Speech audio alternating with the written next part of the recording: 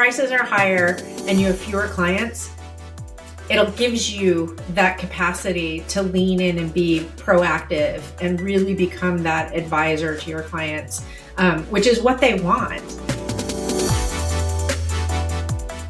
Hi everyone, and welcome back to the CPA Talk series. I'm Debbie Dane, and today's conversation focuses on something every accounting firm is navigating right now: constant change. We're certainly not strangers to change, but the pace of the change we're seeing today is staggering. From new technologies to capacity challenge and evolving client expectations, firm leaders are being asked to rethink not just what they do, but how they operate.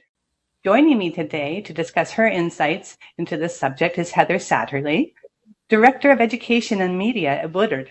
She's also a CPA, an educator, and is a prominent voice helping firms embrace modern workflows, automation, and sustainable growth. Heather works closely with accounting professionals through educational programs, community initiatives, and industry conversations, giving her a unique perspective on how firms are evolving in real time. Heather, welcome and thank you for joining us today. Thanks, Debbie. I'm happy to be here. Excited for our conversation. Yeah, I know this is just I think it's a really timely, conversation we're having right now with all the change. And I know really, through your connections with firms at many stages of transformation, I'm sure you've seen leaders navigating change, some really different angles. And I'm just wondering, when everything in the profession feels like it's evolving at once, technology, talent expectations, client demands, what does real ownership look like from firms today? So by ownership, I'm assuming you mean, actually leaning into the issues and leading their teams. So just making sure that's okay.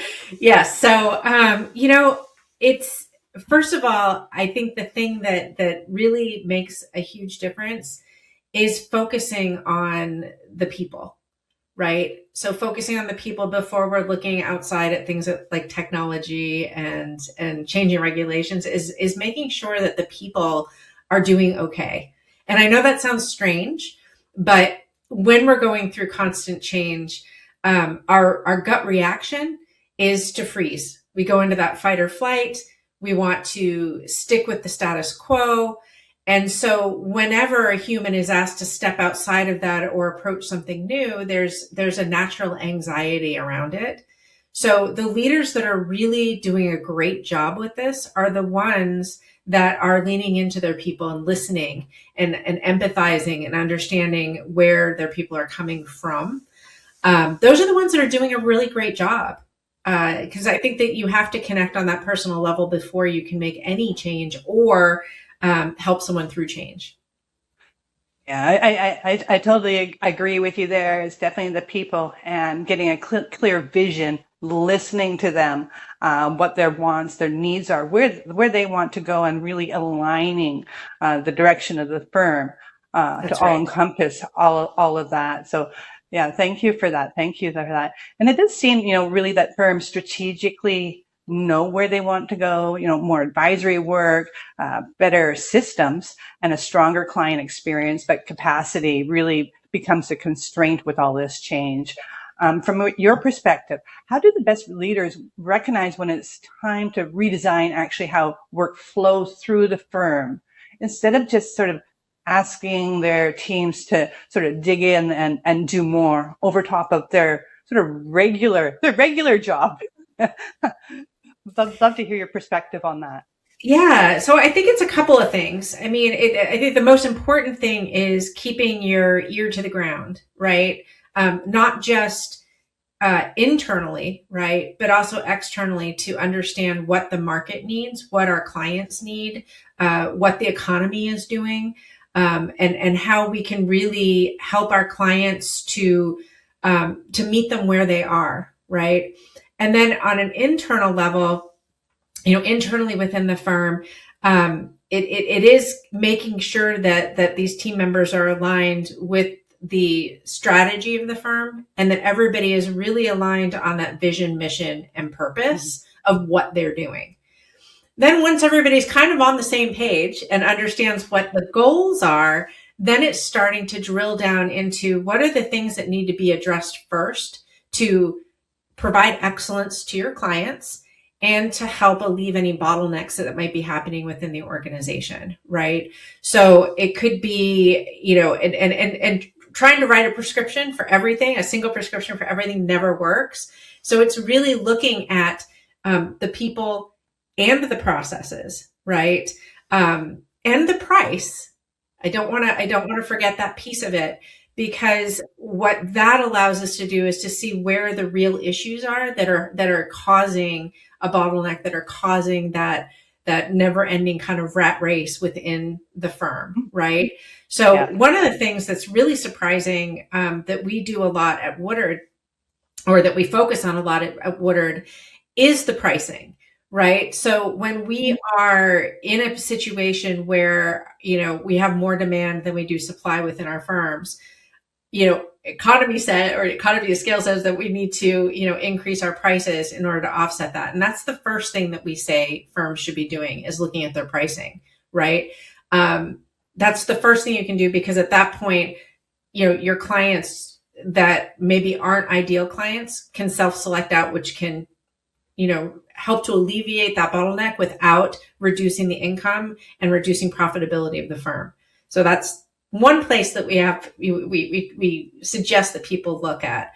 As far as automation, like I said, it's not just one prescription for all of the problems.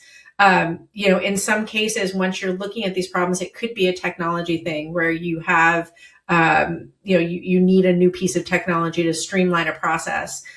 That will free up your team to focus on more value added, activities, right?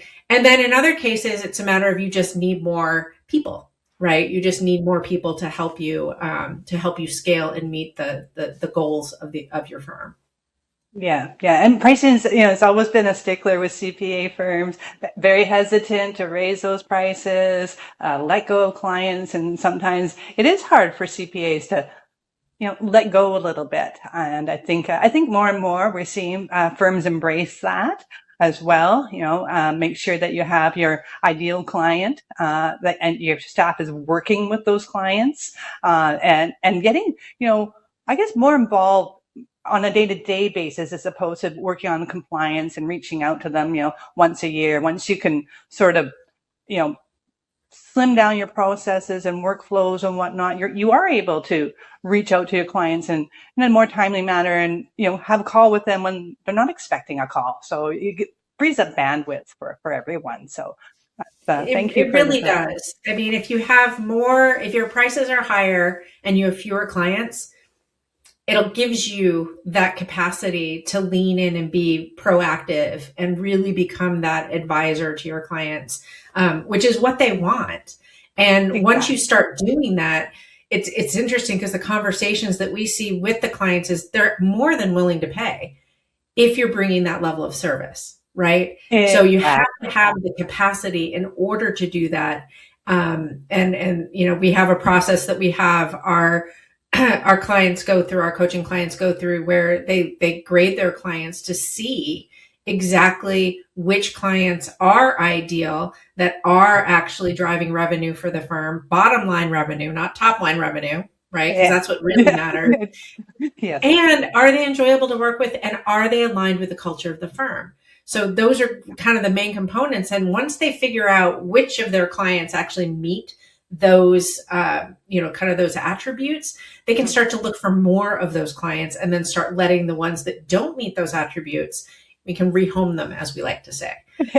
Exactly. And client fit is definitely something that I think a lot of firms are working with, looking at them, looking at those clients, and finding those sort of niche services that, their own staff skill sets sort of just lean into. And it makes everybody happy. I think the more enjoyable work is, the more opportunities you have, the more time to reach out. Accountants aren't just sort of the back office bookkeepers that used to, stay in their cubicle all day. We're actually real people with real relationships with our clients. Right. And that's really where we want to just really emphasize that more. And yes. I really think, a lot of firms, there's a lot of a lot of movement in the market, a lot of growth. Everybody's looking for growth. And I still think, many firms still rely on sort of the old school busy season heroics to get through these growth periods, really squeezing the staff to do more.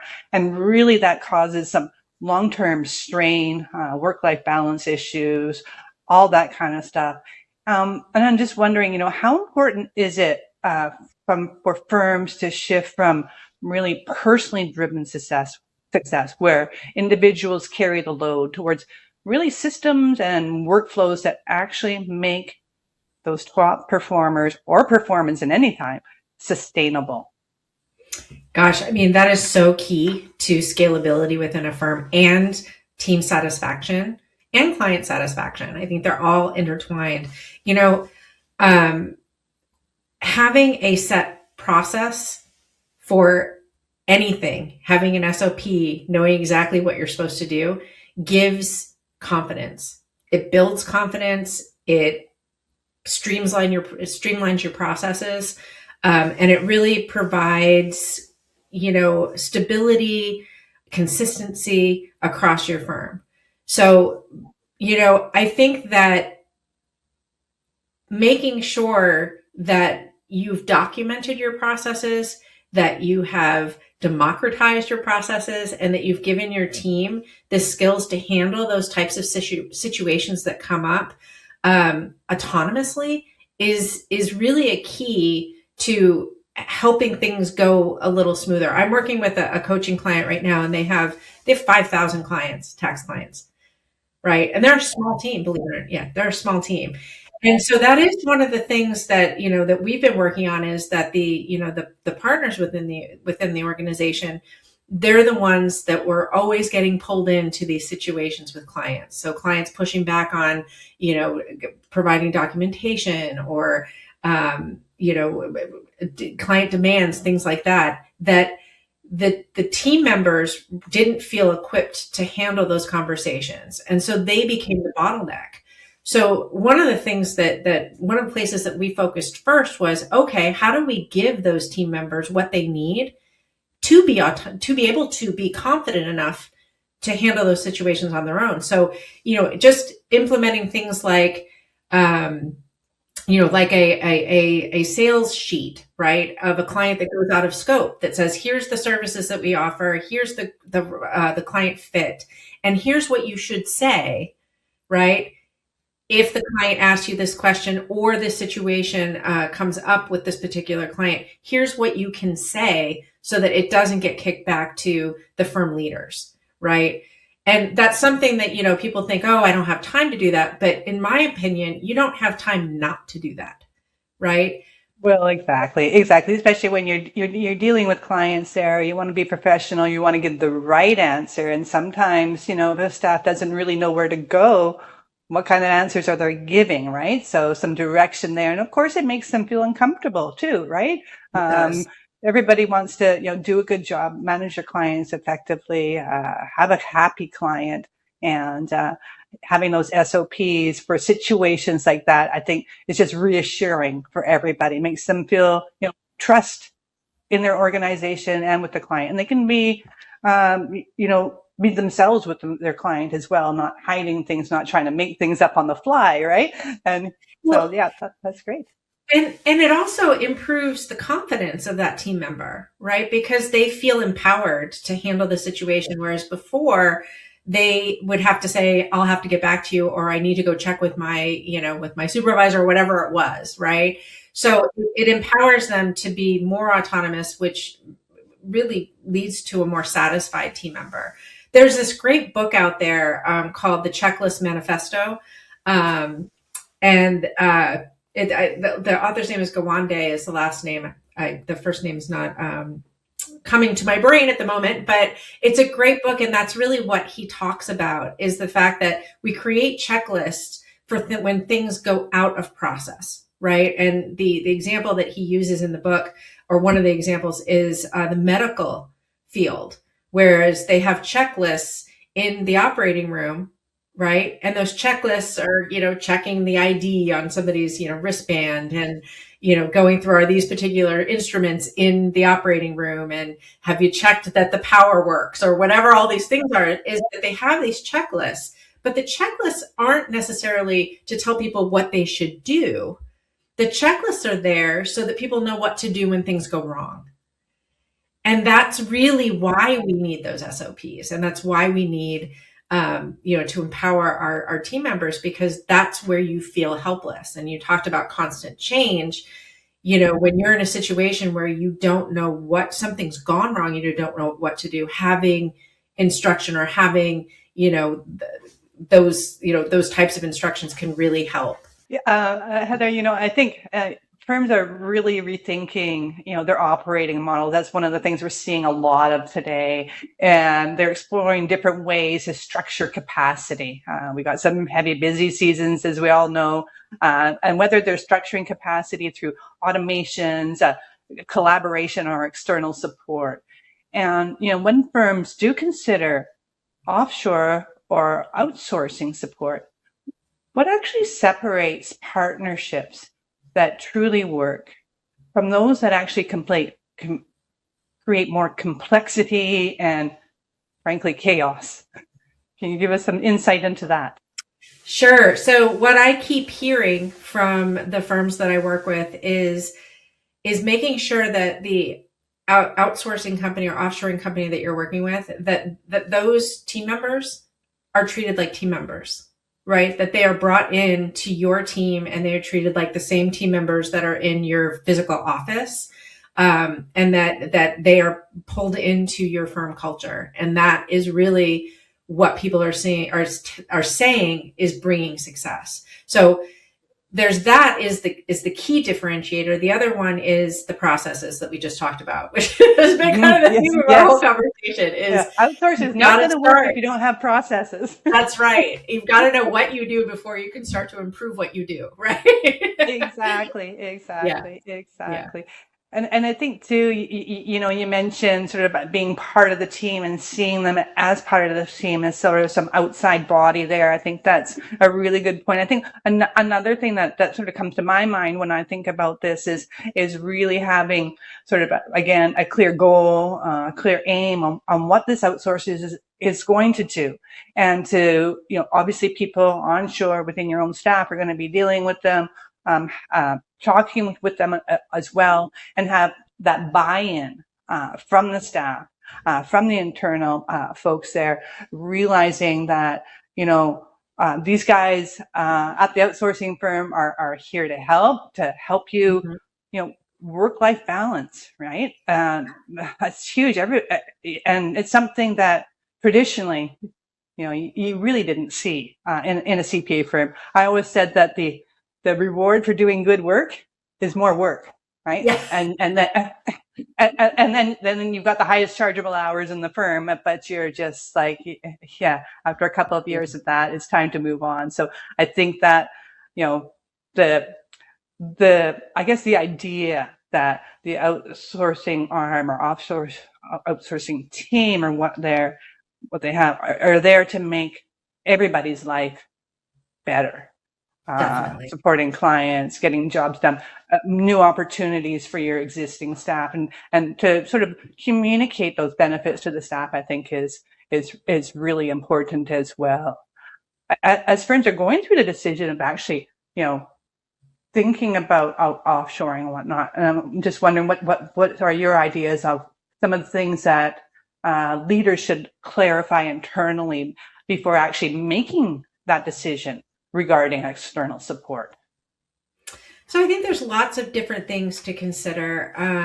There's certainly, one of the big ones in the U.S. is tax. So if you're offshoring tax, right, there's other requirements that we have in the U.S. And so that's a big thing to think about. I'm not saying it's not doable. It absolutely is. And there's lots of firms that are using offshoring for their tax, and they're doing a great job and having great results for that. But that's one thing to consider.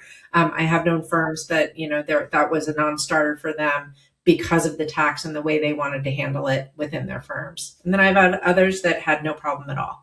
So, but I also think that, looking at what is the staffing market, what is going on locally in the staffing market where you are. We know we have a staffing crisis here in the US. So finding qualified practitioners that know how to do the work, that know how to use the technology is really difficult right now, especially at that manager level, right?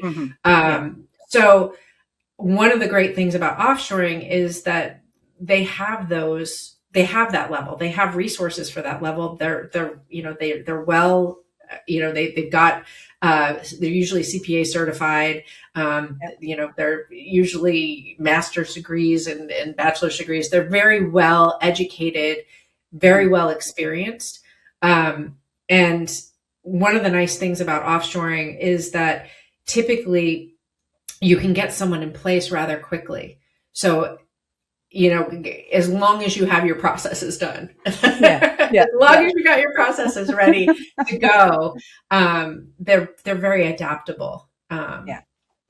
They seem to have seen a lot more sometimes than sort of our regular onshore staff.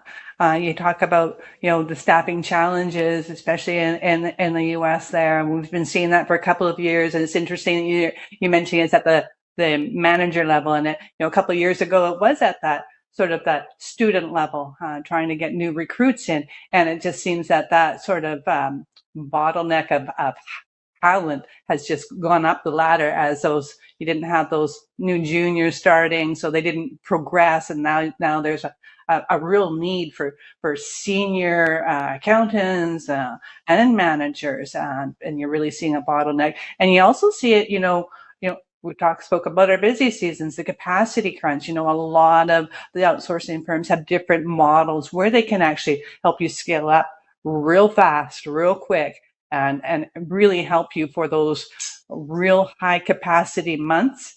And imagine having a firm where, people weren't coming into the office on Saturday and Sunday and getting those returns out, where, those returns are being taken care of by somebody else, and people can take a breather, sit back and reflect instead of going home and remembering something that they forgot to do, right? So they can keep them on track. Yes. Definitely. You actually in a lot of conversations with firm owners, educators, and technology leaders. So you probably have one of the clearest views on where our profession is heading right now. And I'm wondering, as you look into your crystal ball, do you believe the most successful firms will be defined more by who they hire, or by how intentionally they design workflows, like a learning culture and partnerships across their organization? Yeah, interesting. I think it's going to be a combination of both, with the rapid adoption of artificial intelligence and development of artificial intelligence. Our profession is poised to be completely redefined in the work that we do. So I think that the advisory people skills, the ability to actually have conversations and build relationship with clients, are going to be the really valuable or the most valuable skills that we're going to have. I believe that in the next 5 years, the bulk of the data entry work and the number crunching that accountants were doing will be done by the machines and will be overseen by the humans, and it will be the relationships that are going to set us apart. So yeah, I think that's where firms need to be focusing right now, is staying abreast of the new technology and artificial intelligence and what's out there and how firms are adopting artificial intelligence, and then really leaning into helping their team develop those interpersonal relationship skills and advisory skills. Yeah. No, I remember when I started and walking into my first CPA firm, and what really amazed me, I'm like, oh man, that person must be really good. Look at them just work their way on that adding machine, right? Right? And holy cow, could they get work done fast? But now, the machines are taking over that part. So it really is the soft skills. And that's, again, where, some, like a firm that does offer, a firm that, partners with an outsourcing firm, they can actually, free up some time to educate the staff. We have some young people out here that are attached to their phones, messaging, emails, okay, but educating them on those soft skills, the ability to talk to clients, to connect with people, and to have those engaging conversations, which leads to just more cohesiveness across teams, and with your own clients and your team, and the team members. So yeah, thank you for that. And certainly, I mean, with the workflows, I think that everybody is looking at their workflows right now. If you're not, I don't know, you might be in a paper office or something like that. But, right. That's really where people are saving, I think, a lot of time there, with really looking at those workflows and how things can be automated, how things can be pinged on to the next person and whatnot. So I think that's really interesting stuff there. But I have to also, as you're designing workflows, keep the people in mind, right? It's not just, we're not just robots, right? So I think that's also something to also consider. For sure. Yes.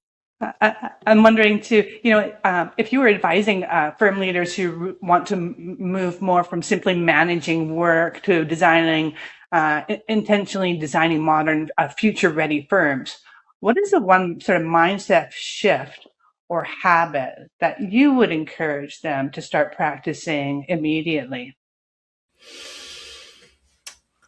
I would say,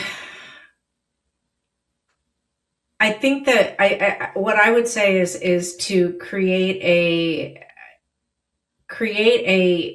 team, and it can be a team of one if you're a solo practitioner, but create a team that is in charge of innovation within the firm. So, that meet frequently to take a look at what technology is emerging in the space, what trends they're seeing, and can inform to the rest of the firm on, ways that they can streamline those workflows even further so that they can focus more on those advisory relationships. Yeah, and again, we're circling back to advisory relationships and relationships. And accounting used to be all about the numbers, and it's changing to be more about the relationships, our knowledge. Obviously, we carry a lot of knowledge. We can read those reports, interpret those reports, and passing on that knowledge to our clients and our own staff, right? So I think it's always been a learning curve in the CPA world. Yes.